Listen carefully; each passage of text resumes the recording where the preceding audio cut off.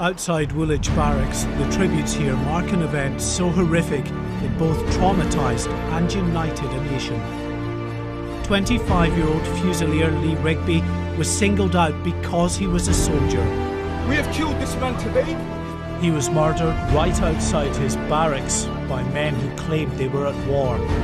It's an eye for an eye and a tooth for a tooth. By Allah, we swear by the Almighty Allah, we will never stop fighting you until you leave us alone.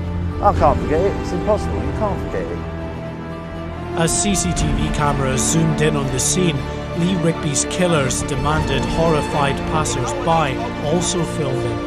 You people will never be safe. Remove your governments. They don't care about you.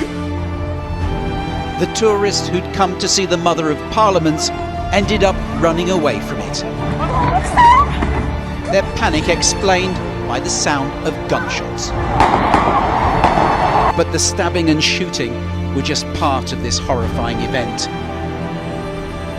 On Westminster Bridge there is a trail of carnage. A car has mounted the pavement, deliberately mowing down pedestrians as it headed for the Houses of Parliament.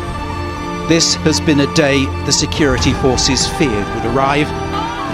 This attack stands out for its appalling, sickening cowardice. This has been the most horrific incident we've ever faced here in Greater Manchester. Let me get on this way. And then a gentleman said, "Run!"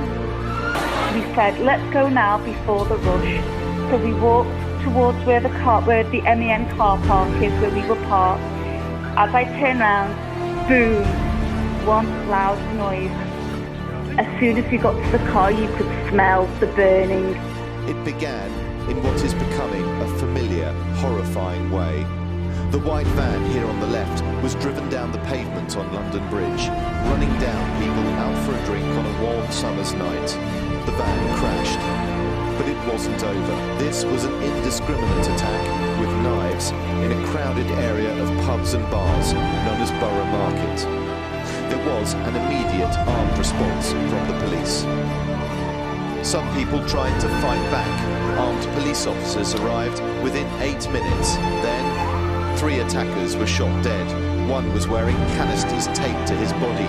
Not a suicide vest, say police, a hoax. Like the attack in Westminster, a car and knives have been used as weapons.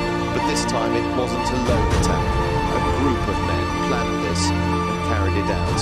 Tom Simons, BBC News, Southwark. Thames Valley Police have just released a statement and it's saying that counter-terrorism policing can now confirm that the stabbing incident that happened in Reading last night has now been declared a terrorist incident. Now, I understand that a Libyan national has been arrested. He's thought to be an asylum seeker. Neighbours here at the block of flats where Khairi Sadala lived have told us that he had caused problems in the past. He once threw a TV out of the top floor window. Kieran Vernon told me that the man he knew wanted to smoke cannabis with. He seemed like me or you. I mean, whenever we used to meet up, we used to talk about drinking whiskey and how different ganja affects the different thinking of mind.